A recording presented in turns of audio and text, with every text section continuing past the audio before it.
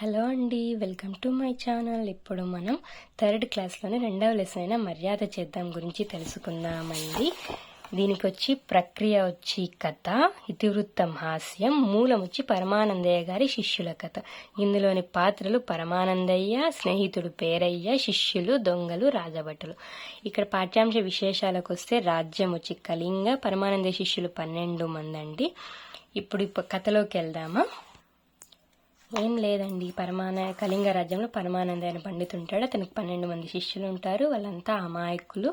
ఇక్కడ అందరూ వాళ్ళ భార్యతో, పరమానంద వాళ్ళ భార్యతో గుడికి వెళ్ళినప్పుడు అక్కడికి ఫ్రెండ్ అయిన పేరయ్య వస్తాడు. ఆ పేరయ్య వచ్చినప్పుడు వీళ్ళు ఒరే పరమానంద అని పేరయ్య పిలవడంతో మా గురువు గారిని ఒరే అంటావా అని చెప్పి వాళ్ళు అతన్ని కట్టేస్తారు. అంతలోపల గుడి నుంచి వచ్చిన పరమానందే చూసి ఏమిరా ఇలా చేశారు, ఇంటికి వచ్చిన వాళ్ళని గౌరవించాలి అని చెప్తాడు. తర్వాత ఈ పేరయ్య పెళ్లికి పిలిచి వెళ్ళిపోతాడు, కూతురు పెళ్లికి. వీళ్ళు మరి పెళ్లికి వెళ్తారు. అప్పుడు దొంగలు ఇంటికి వస్తారండి.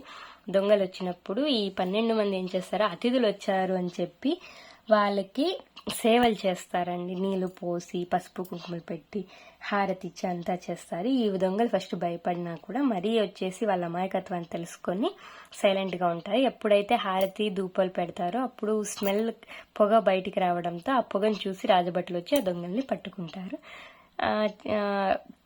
పరమానంద పెళ్లి నుంచి వచ్చి వీళ్ళ తింగర్తనానికి నవ్వుకుంటాడు. ఇంతేనండి ఇందులోని కథ. ఇక్కడ వచ్చేసి బిక్కమొహం అంటే ఏడుపు మొహం. అతిథులు, తిథి వారం లేకుండా వచ్చే వాళ్ళనే మనం అతిథులు అంటామండి. అంతేనండి, ఇక్కడ స్టోరీ అంతకుమించి ఏం లేదు. ఇక్కడ మీనింగ్స్ ఇచ్చారు చూడండి. పండితుడు, బాగా చదువుకున్నవాడు, అన్నీ తెలిసినవాడు. జనులు, ప్రజలు, అమాయకత్వం, తెలియంతనం. పొరుగురు, పక్క ఊరు. దంపతులు, భార్యాభర్తలు. అఘాయిత్యం, చేయకూడని పని. బావురు మను బోరున ఏడవడం. బిక్కమొహం, ఏడుపు మొహం. అతిథులు, అనుకోకుండా ఇంటికి వచ్చేవారు. మర్యాద, గౌరవం. అలికిడి, శబ్దం. కుమ్మరించడం, ఒక్కసారిగా పోయడం. చిత్రహింసలు, నానాబాధలు. బంధించి కట్టివేసి సన్మానించడం, గౌరవించడం. ఘనంగా, గొప్పగా. ఇంతేనండి. తర్వాత ఈ మాసపు పాటకెళ్తే జానపద గేయమైన రేలా రేలా ఇచ్చారండి. రేలా రేలా రేలా రేలా రేలా రే, రేలా రేలా రేలా రేలా రేలా రే. అడవి తల్లికి దండాలు, మా తల్లి అడవికి దండాలు. అడవి చల్లంగుంటే అన్నానికి కొదవే లేదు. పంట ఇంటికొస్తే పండుగ చేద్దాం. కొండల నుండి కోనల నుండి గోదారమ్మ పరుగులు చూడు, గోదారమ్మ పరుగులు చూడు. వంపులు తిరుగుతూ వయ్యారంగా పెనుగంగమ్మ ఉరకలు చూడు, పెనుగంగమ్మ ఉరకలు చూడు.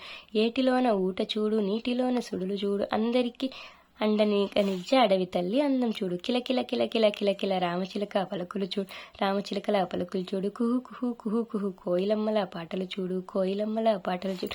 పావురాల జంట చూడు, పాలపిట్ట పాట చూడు. అందరికీ అండగా నిడిచే అడవి తల్లి అందం చూడు. ఇందులో వచ్చేసరికి మనకి మెయిన్గా ఏం అడగొచ్చు అంటే కోనల నుంచి పరుగులు తీస్తుంది ఎవరు అంటే గోదారమ్మ. వంపులు తిరుగుతూ వయ్యారంగా ఎవరు పోతున్నారంటే పెనుగంగమ్మ. కిలకిల కిల అని ఎవరంటున్నారు? రామచిలుకలు. కుహు కుహు కుహు అని ఎవరంటున్నారు? కోయిలమ్మ అంటుంది. ఇంతేనండి. నెక్స్ట్ మనం ఈ మాసపు కథకి వెళ్తే జింక. ఇది వచ్చేసి ఈసఫ్ కథ. జింక వచ్చేసి ఇక్కడ ఈసఫ్ కథలు ఎప్పుడు నుంచి ఉన్నాయంటే గ్రీకు పురాణ కథలు, 2500 సంవత్సరాల నాటివి. అన్ని ప్రపంచ భాషలకి అనువదించబడ్డాయి. జింక ఈసఫ్ కథకు వచ్చేసరికి